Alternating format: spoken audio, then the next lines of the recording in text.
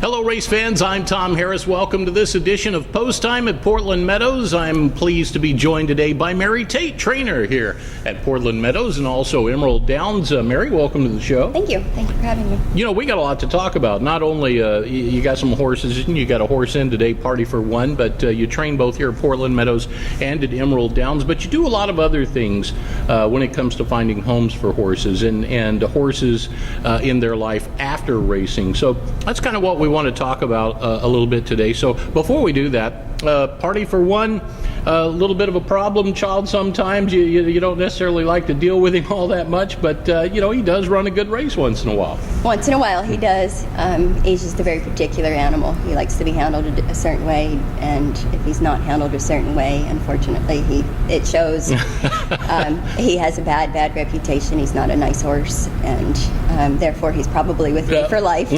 So whether or not he wants to run, he's gonna stick around. He just wears his personality out on his sleeves, that's all. Well, it's a terrible personality he's wearing on his sleeves. Well, Party for One, shortening the step a little bit from a mile to 6 furlongs today. He does have, or has shown some tactical speed in the past, so maybe the short distance will be a plus here. Your guess is as good as mine. We're all in for a surprise today. At least you didn't give me the old patented answer, we got a shot. Oh, well, it is horse racing, so I guess in theory that's correct, but we need a lot of luck between now and race time. All right. Pull this one off. Well, you got a good jock on board, Kevin Orozco, scheduled to ride for you, so best of luck with that. Thank you. Let's talk a little bit about the more than 200 horses that you have found a home for after horse racing, ex-race horses, in just a variety of circumstances, and they're all individual personalities. So tell us a little bit about that. I guess fans, anybody that's interested can go to Retiring Racehorses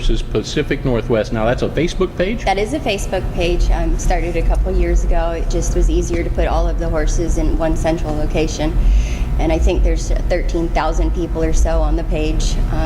Like you said, 200 horses between Emerald and Portland were placed last year.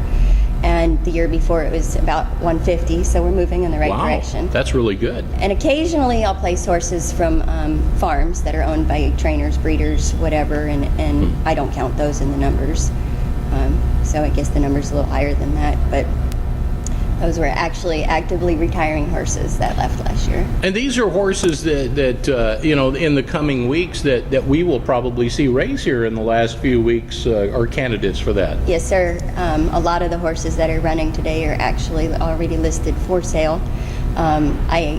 As people have figured out that this is the way the program works, a lot of people contact me and ask when a horse will be retiring, so then I can go to the trainer and let them know when the horse is ready. They already have a home waiting. You know, and there are several programs like that around the country, and I just think it's a terrific thing because so many times outside the scope of the sport, you hear people talk about, you know, the care of racehorses, and sometimes they're not very fair when they make their comments about the care of the racehorses, and that those comments generally come from people that have never been on the backside in their life. That's it. Most of those type of comments stem from just pure ignorance. They don't know. They get a little taste of something that's bad and they take it and they run with it, and it's not true. You know, in any discipline there are bad apples, but I think as a horse lover, what I'll say is there's a lot more good apples than bad apples. Oh, I think so, absolutely. And you know, you go back to the backside of the stable area, and we talked a little bit before the show. These horses are by and large pets. A lot of them are. They all have their little nicknames, their barn names, and it's never the program name. No. You know, for example, Grinder Sparks of Glow's Elvis. He is Elvis. Yeah, he's, I don't know who pinned that name on him, but he wears it quite nicely. And you know, and they all have their little quirks and personalities, and they're very well taken care of. It's a regulated area back there, heavily regulated, in fact.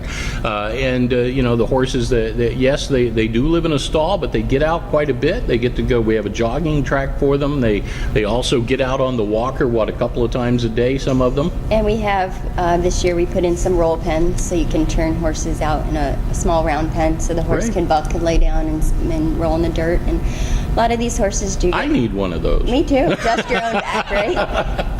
A lot of these horses do get out on farms and have some time to recover and refresh before restarting or moving to the next track. And there are some of us that ride our horses between races off the track at the beach or on the trails and let them stand in the rivers. And I've had really good success with doing that with my own horses, and it's not always an option, but it is. When it works out, it's a good one. And so that leads to another point, that anybody that may be interested in purchasing, and some of these horses are candidates for free, just to find a home.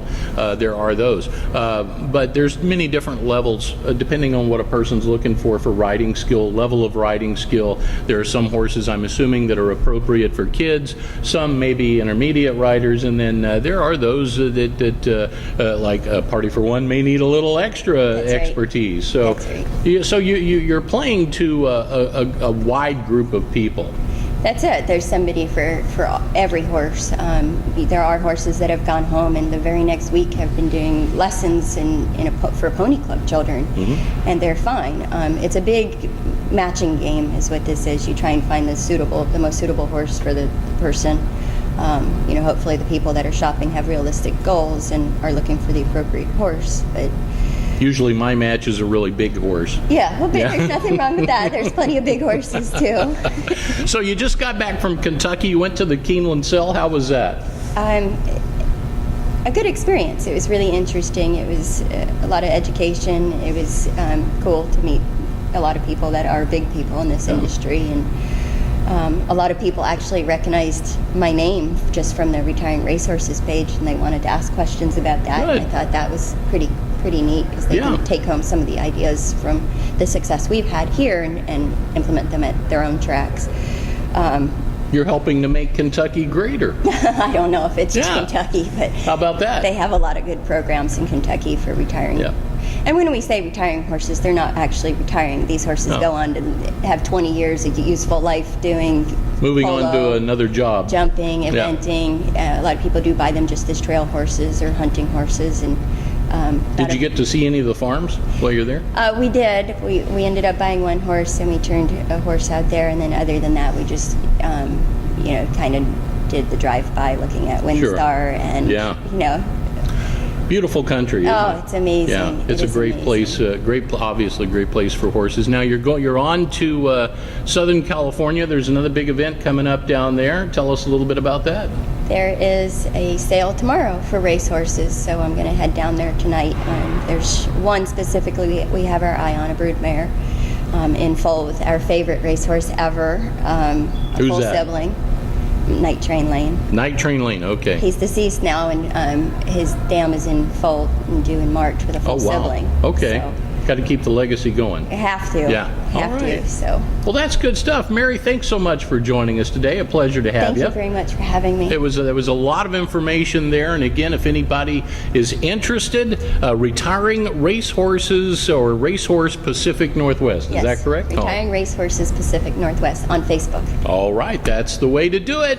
I'm Tom Harris. We'll have the race day action straight ahead.